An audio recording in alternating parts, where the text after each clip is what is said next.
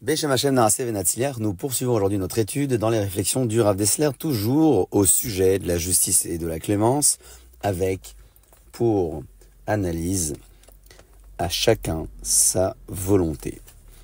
Un verset bien connu dit « Tu ouvres ta main et satisfais la volonté de tout être vivant, toi, Kadosh Baruch ». Or, il est évident que les hommes ont souvent des volontés contradictoires.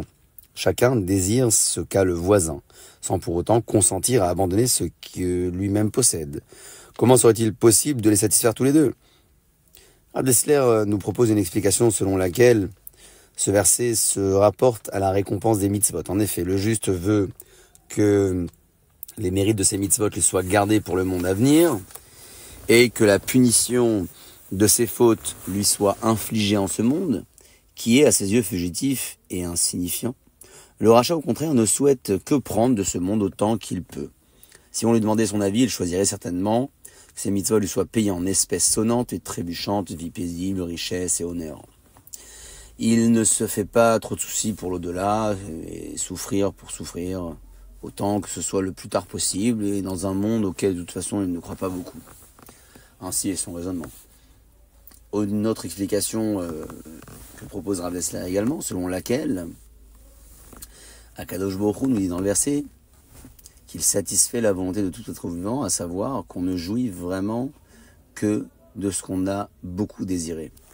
L'essence même du plaisir est la satisfaction d'un manque.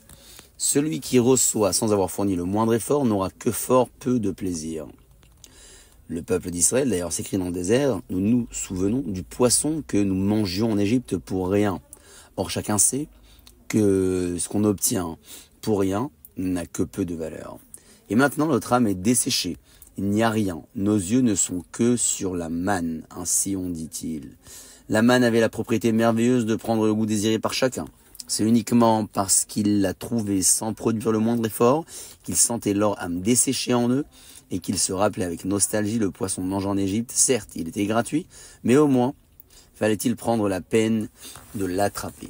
Or, après la mort, l'homme n'acquiert ni qualité, ni volonté, ni désir nouveau.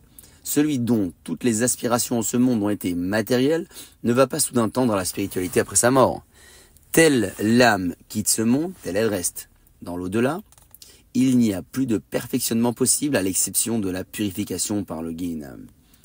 Comme le dit Shlomo Améler dans les propos de Kohelet, l'Ecclésiaste, agis de toute ta force pendant que tu le peux, car il n'y a plus aucune activité, aucun examen de conscience, aucun savoir, ni aucune sagesse dans le moment où le corps résidera dans la tombe, où il se rendra. Celui qui a, pendant sa vie, aspiré au spirituel et désiré se rapprocher de Dieu, continuera dans l'au-delà à vivre les mêmes tendances. Par conséquent, la récompense du juste ne peut appartenir qu'au monde de la spiritualité. Car c'est cela qu'il désire, qu'il a toujours désiré d'ailleurs. C'est la seule chose qui puisse vraiment lui donner du plaisir. De même, le mécréant, le rachat, recevra sa récompense dans ce monde, car c'est ce monde-ci qu'il désire, qu'il a toujours désiré, et dont il jouit. Si on voulait le gratifier d'un spécimen de la nature du monde à venir, tel qu'une explication savoureuse, un passage de la Torah par exemple, ou un trait de lumière sur un problème spirituel, de ces choses qui transportent d'aise l'homme de l'esprit, l'homme de la matière, ne saurait qu'en souffrir et les considérerait comme un mal à prendre en patience. Tout ceci nous aide à comprendre pourquoi c'est en ce monde uniquement que le mécréant, le rachat, doit recevoir toute récompense qui lui est due. Bien entendu, ce que nous avons dit est loin d'épuiser la question, mais nous nous contenterons d'en aborder un seul autre aspect. Il arrive qu'un mécréant reçoive en ce monde d'abondance et prospérité. Nous attribuons en général ce phénomène à l'attribut de la clémence divine, mais il se peut très bien qu'il n'en soit rien, il existe une autre source malfaisante et impure. Hachem a créé en l'homme un bon et un mauvais penchant, qui se disputent son attention et son intérêt. Le Yetzer Tov, le bon penchant, pousse l'homme à choisir ce qui est droit et vrai, alors que le mauvais penchant cherche à le convaincre à s'en écarter. Pour ce faire, chacun d'eux représente à l'homme qu'il en découlera pour lui plaisir et honneur. Le bon penchant lui parle de la satisfaction intrinsèque qu'il y a à suivre le droit chemin. Il lui rappelle la vie des sages et de tzadikim, le bonheur spirituel que ceux-ci ont atteint dès ce monde, sans parler du monde à venir. Quant au mauvais penchant, sa tâche est plus complexe. Comme il ment et qu'en réalité sa marchandise ne vaut rien, il est bien obligé de l'enjoliver, sinon personne ne l'écouterait. Il a donc besoin d'exemples concrets. Il lui faut pouvoir dire, regardez un peu, un tel, il ne s'est jamais embarrassé de scrupules. Lui, il a même commis de graves fautes, cela empêche-t-il d'être riche et respecté? Fais-en autant, c'est le seul moyen de s'en sortir en ce monde. En un mot, le mauvais penchant a besoin d'une superbe vitrine où déployer sa marchandise. Sans cette poudre aux yeux, il n'aurait pas la moindre chance. Or, pour que l'homme ait un choix réel, les deux côtés doivent pouvoir attirer de façon à peu près égale. Hachem a donc permis au mauvais penchant de mettre en valeur sa marchandise. Il lui a donné une armée de fidèles à sa solde qui font sa volonté et reçoivent en échange une belle part du gâteau. Lui, il les utilise alors pour faire trébucher les autres hommes. Malheur à eux, malheur à leur âme. Ils sont entièrement au pouvoir du mal et tout leur être n'est qu'impureté.